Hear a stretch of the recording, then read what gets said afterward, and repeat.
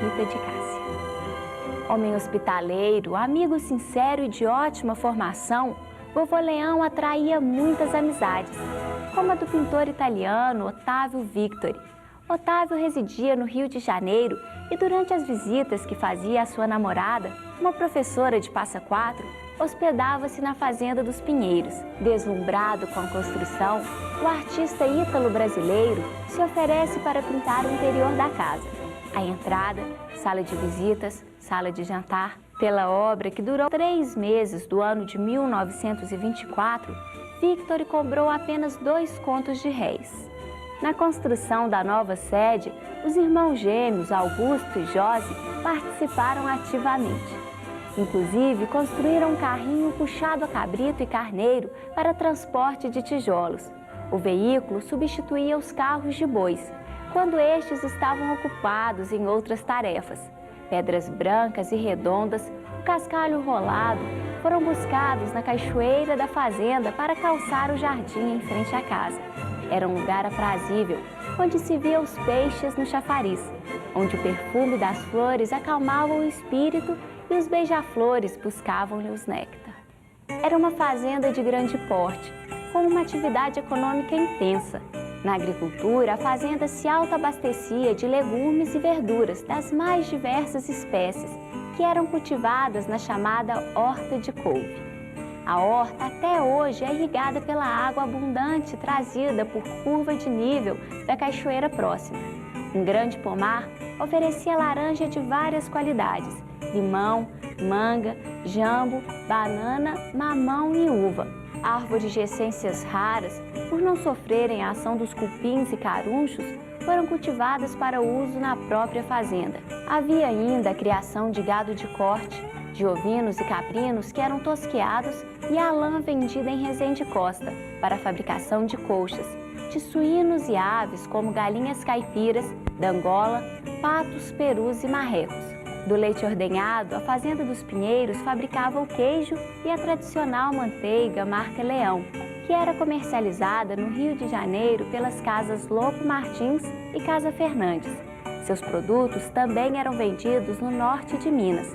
Para que tudo isso acontecesse a bom termo, a propriedade contava com um grande número de empregados, entre eles Maria das Dores, doméstica, casada com Leopoldo, retireiro-chefe, e seus auxiliares, José Ricardo, Pedro, José Leiteiro, a mulata, cozinheira-chefe e suas auxiliares, Isabel e Ana. O cafezal era cuidado pelo seu Flávio, pelo Hilário, Chico Custódio, Pedro e José Trindade. Eram bons empregados de confiança e muito estimados pelos fazendeiros. Dona Quita e Sr. José Leão, os fazendeiros da Fazenda dos Pinheiros, muito agradecidos e reconhecidos por dedicação, amizade, amor, determinados empregados para com a sua família. Ela sugere ao esposo que se deem 2 alqueires e meio tirados da herança do Lilinho e do Anésio, um alqueire tirado do terreno de Lilinho, mas ele deu areia e madeira, um alqueire e meio tirado da herança do Anésio. Era um presente que o casal queria doar aos seus empregados, Pedro Viegas e Bernadetta. Hoje estão lá os seus descendentes morando no pequeno sítio. A fazenda foi o orgulho dos pais e dos filhos, Álvaro, Augusto e Josi, filhos do primeiro e do segundo casamento de José Leão Júnior. Estudaram como internos no ginásio Santo Antônio, dirigido pelos frades holandeses em São João del Rei por apenas 2 anos. Seu pai buscou-os para o trabalho na fazenda. Mesmo assim, como autodidata, Augusto demonstrou grande conhecimento em eletricidade, agropecuária e fotografia, sendo fotógrafo do arraial. Curioso é o fato de que todos os livros sobre os assuntos de interesse de Augusto eram publicados em espanhol.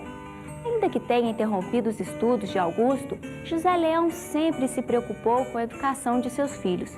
Enquanto os do primeiro matrimônio frequentaram o ginásio em São João del Rei, os filhos do segundo casamento, Aurélio e Anésio, tiveram professora na própria fazenda, quando crianças e estudaram por certo tempo também no Instituto Padre Machado e Ginásio Santo Antônio.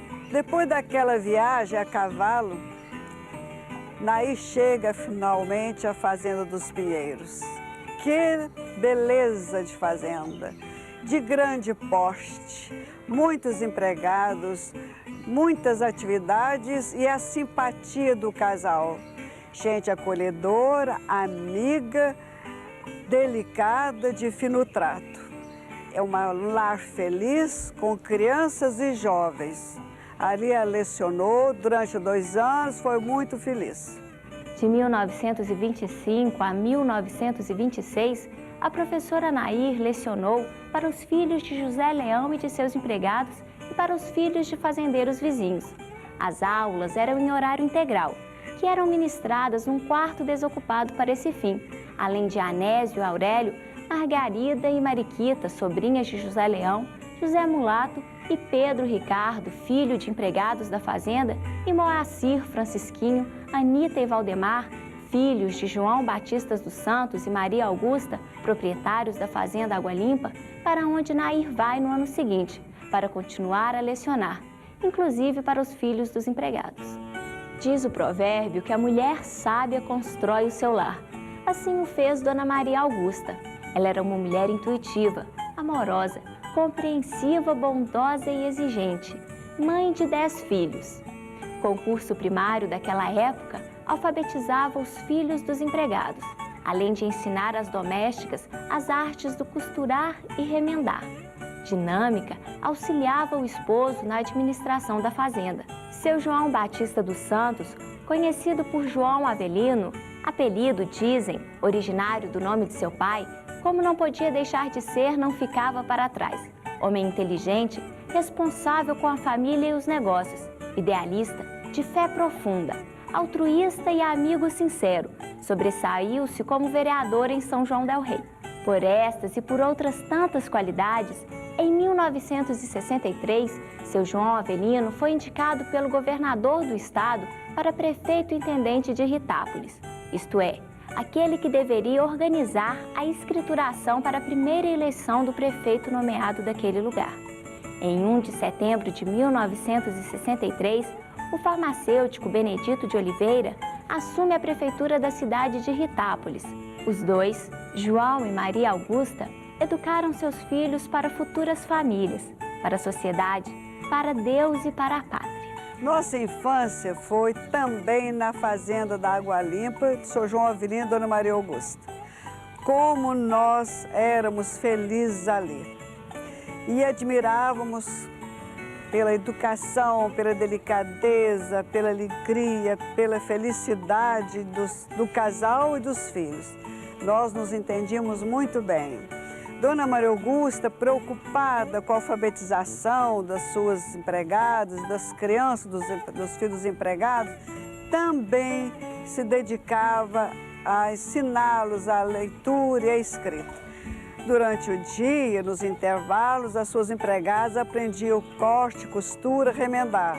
À noite era a hora do estudo da Castilho Tomás Galhardo. Ensinava-os a escrita e a aritmética. Com uma vara de marmelo bem comprida, fininha, batia na mesa para espantar o sono e indicar o próximo na arguição oral da soletração da tabuada. Sua filha Nair, após diplomar-se, criou uma escolinha em uma das dependências da fazenda para lecionar aos filhos dos empregados. Seu João fiscalizava a frequência e o horário. Havia merenda para todos preparada pela Dona Maria Augusta. Na escolinha, como na fazenda, havia comemorações dos aniversários, datas religiosas e cívicas, onde as crianças aprendiam o hino nacional, da bandeira, etc. A fazenda Água Limpa era alegre, movimentada pelas suas atividades de produção de polvilho de mandioca, pela ordenha e manejo do gado, pela fabricação da manteiga Santos, premiada com a medalha de ouro na 7ª Exposição Nacional de Animais e Produtos Derivados do Leite, em Belo Horizonte.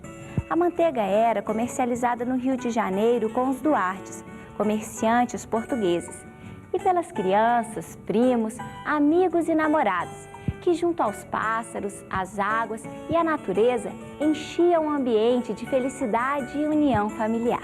Na fazenda, todas as datas religiosas eram comemoradas em 24 de junho, dia de São João, com mastro e fogueira. Era frequente o aparecimento dos mascates, tropeiros e rezeiros. À noite, aos domingos, havia a reza do terço. Nas bodas de ouro de Maria Augusta e João Avelino, em 5 de fevereiro de 1960, 364 convidados foram abraçar o casal.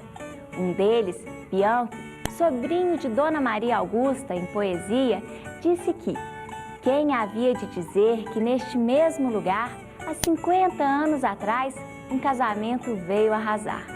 Experimentado na vida, seu João viveu numa noite, em companhia de seu sogro e de um amigo, uma situação que o marcou para sempre. Segundo ele, na volta de Santa Rita para a fazenda, surgiu, no alto do morro, do Poço Fundo, um misterioso cavaleiro. O papai, o meu avô e um outro amigo vinham de Ritácio para cá. Em certa altura aí, eles estavam a cavalo, chovendo, de capa. E os cavalos começaram a... Porque cavalo, quando vê uma coisa estranha, eles assustam, né?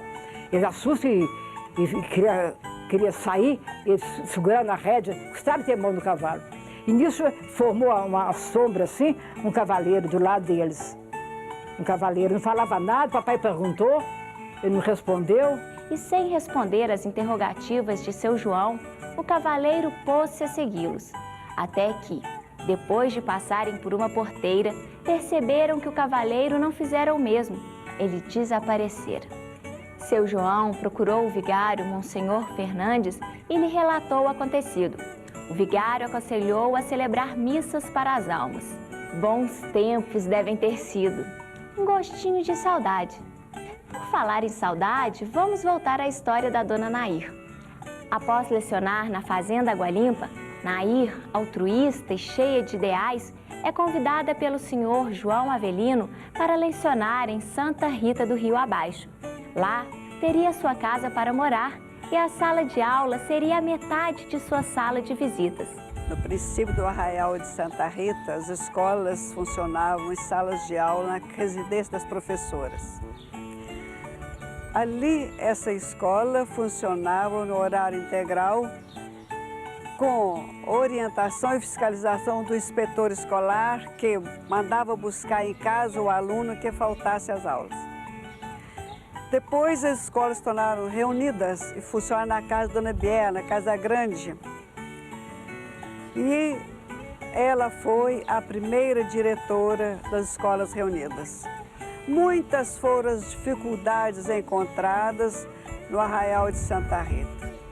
Não havia rede de esgoto, não havia padaria, não havia luz elétrica, era o uso da vela, do lampião, da lamparina e muitos outros problemas, inclusive o pior deles foi o integralismo, que causou muita contenda e muita morte em famílias.